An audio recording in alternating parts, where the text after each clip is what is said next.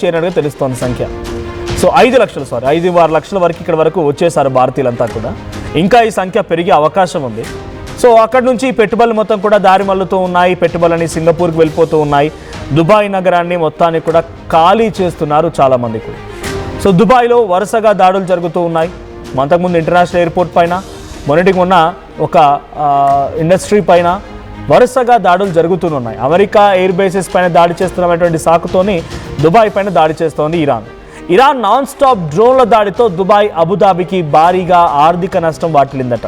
ఎంతలా అంటే $120 billion Dubai నష్టపోయిందట. Abu Dhabi కూడా అదే స్థాయిలో నష్టపోయిందట స్టాక్ మార్కెట్ల రూపంలో. ఇకపోతే ఇండియన్ కరెన్సీలో దాదాపుగా 11.5 లక్షల కోట్లు, అంటే అటు ఇటుగా 12 లక్షల కోట్ల రూపాయలు నష్టపోయిందట. ఇక దుబాయ్లో malls, IT sector, Burj Khalifa, Jumeirah పైన ఇరాన్ వరుసగా దాడులు చేసింది. పొరుగు దేశాలపైన దాడులతో ఇరాన్ హద్దులు దాటుతుందంటున్నారు దుబాయ్, అబుదాబి నేతలు. యుద్ధంలో పాల్గొంటున్న అన్ని దేశాలు ఇంధన మౌలిక సదుపాయాలపైన దాడులకు దూరంగా ఉండాలని పిలుపును కూడా ఇచ్చారు.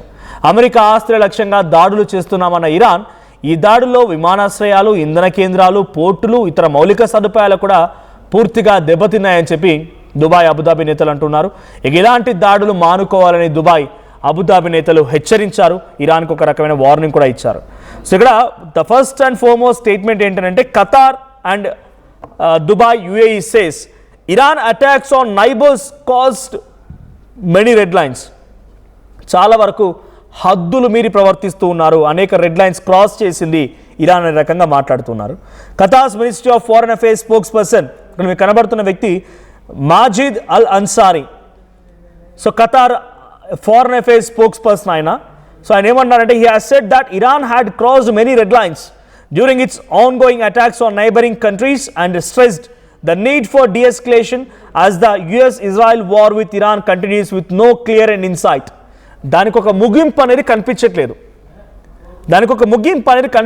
కాబట్టి ఇరాన్ తన పక్కనటువంటి మిత్ర దేశాలపైన లేదా పొరుగున్నటువంటి దేశాలపైన దాడులు చేయడం ఇకనైనా ఆపుకోవాలి. హద్దు దాటింది, శృతి మించింది అనేటువంటి మాటల్ని ఇటు Qatar's foreign spokesperson Majid Ali Ansari అంటున్నారు. ఇక డ్యూరింగ్ ఏ న్యూస్ కాన్ఫరెన్స్ నిన్న ఆయన ఒక మీడియాతో మాట్లాడుతున్న క్రమంలో he had called on all parties to the war to refrain from attacking nuclear energy infrastructures.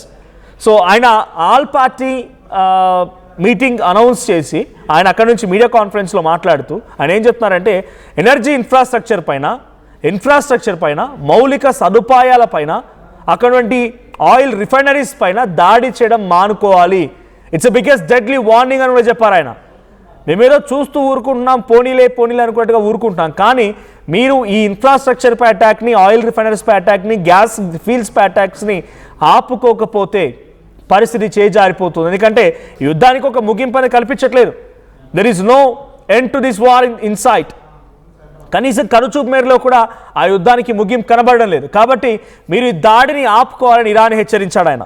Since the US and Israel launched joint attacks on Iran at the end of February, Iran has targeted various regional countries. ఫిబ్రవరి 28న మొదటిసారిగా Israel, America కలిసి అలీ ఖమేనీని అంతమొందిస్తే ఆ తర్వాత నుంచి Iran వరుసగా తమ దాడులతో ఇరాక్పై దాడి చేసింది, UAE పై దాడి చేసింది, సౌదీ అరేబియాపై దాడి చేసింది, బహ్రెయిన్పై, ఓమన్పై, జోర్డాన్పై, కువైట్పై దాడి చేస్తూనే ఉంది, చాలా తీవ్రంగా నష్టపరుస్తూనే ఉంది అని చెప్పి ఆయన అంటున్నారు.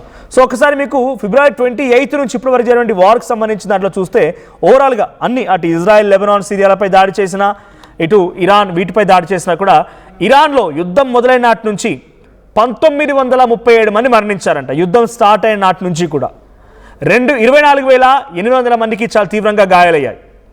ఇటు ఓమన్లో 3 చనిపోయారు, 15 మందికి గాయాలయ్యాయి. UAEలో 11 మంది చనిపోయారు, 180 మందికి గాయాలయ్యాయి. సౌదీ అరేబియాలో 2 చనిపోయారు, 20 మందికి గాయాలయ్యాయి. బహ్రెయిన్లో 3 చనిపోయారు, కొన్ని పదుల సంఖ్యలో వాళ్ళకి గాయాలయ్యాయి. కువైట్లో 7 చనిపోయారు, జోర్డాన్లో 29 మంది, ఇజ్రాయెల్లో 20 మంది, ఇరాక్లో 100 మంది, ఇరాన్లో ఏకంగా 2,000 మంది, సిరియాలో 4, పలెస్తీనాలో 4, అటు లెబనాన్లో సుమారుగా 1,200 మంది, ఇక US మిలిటరీకి సంబంధించి 13 మంది. సో ఈ స్థాయిలో మరణాలు సంభవిస్తూ ఉన్నాయి. ఆర్థికంగా ఇబ్బందిగా ఉంది, ఇన్ఫ్లేషన్ కారణమవుతోంది, ఇన్ఫ్రాస్ట్రక్చర్ దెబ్బతింటోంది. ఫర్దర్గా దాన్ని రిటిలియేట్ చేయాలని, అంటే దాన్ని రిట్రైవ్ చేయాలన్నా కూడా, దాన్ని మళ్ళీ తిరిగి కొనసాగించాలి, పునరుద్ధరించాలన్నా కూడా కొన్ని కోట్ల రూపాయల నష్టం. 12 లక్షల కోట్ల రూపాయలు అంటే అర్థం చేసుకోండి. ఉదాహరణకి taking an example of Telugu states budget కనుక తీసుకుంటే ఒక 4 సంవత్సరాల బడ్జెట్, మనం ప్రస్తుతం 3 లక్షల కోట్లు ఉన్నాం బడ్జెట్లో. సో 4 సంవత్సరాల బడ్జెట్ అంటే ఒక ప్రభుత్వం నడిపించేటువంటి బడ్జెట్ మొత్తం కూడా ఒక నెల రోజుల యుద్ధంలో కోల్పోయింది దుబాయ్. మరణాలు కూడా చాలా పెద్ద మొత్తంలో ఉన్నాయి. ఇరాన్లో 2000 మంది మరణించారు, ఇరాక్లో 100 మంది. ఇవే కదా మెయిన్ కంట్రీస్. సో ఇటు సౌదీలో 2, దుబాయ్లో 3, తర్వాత ఓమన్లో 3, అటు యుఏఈ మొత్తం కలిపితే 11 మంది, ఖతార్లో 16 మంది. ఈ స్థాయిలో మరణాలు ఉంటూ ఉన్నాయి. సో ఇప్పటికైనా మీ యుద్ధాన్ని ఆపాలి అని చెప్పి గల్ఫ్ కంట్రీస్ రిటిలియేట్ చేయడం మొదలుపెట్టాయి. కేవలం ఇరాన్ పైనే కాదు, వీళ్ళు అమెరికా మరియు ఇజ్రాయెల్ పై కూడా ఒత్తిడి తీసుకొస్తున్నారు. సార్ మీ యుద్ధానికి కారణం ఏంటి, దానికి పర్పస్ ఏంటి, మీ ఫైనల్ డెస్టినేషన్ ఏంటి, మీ రూట్ కాజ్లో ఏమనుకుంటున్నారు అనే రకంగా ఇప్పుడు ఈ గల్ఫ్ కంట్రీస్ అమెరికా ఇజ్రాయెల్ కూడా క్వశ్చన్ చేస్తున్నాయి. మీ కారణంగా మేము ఇబ్బంది పడుతున్నాం, మా దేశాలపైన దాడులు జరుగుతున్నాయి, మేము అనేక రకాలుగా నష్టపోతూ ఉన్నాం, కోటానుకోట్లు లక్షల కోట్ల రూపాయలుగా నష్టం వాటిల్లుతోంది. సో మీరు యుద్ధానికి ముగింపు అనేది లేదు కాబట్టి వెంటనే ముగించేసుకోండి. మీరు చర్చలు జరిపిస్తారా, మీరు కొట్టక చేస్తారా మీ ఇష్టం, కానీ ముగింపు మాత్రం అవసరం, లేదనంటే చాలా తీవ్రంగా నష్టపోవాల్సి వస్తుందనేది అటు ఖతార్స్ ఫారెన్ మినిస్టర్ అల్ అన్సారీ మాజిద్ ఒక స్టేట్మెంట్లో పాస్ చేశారు.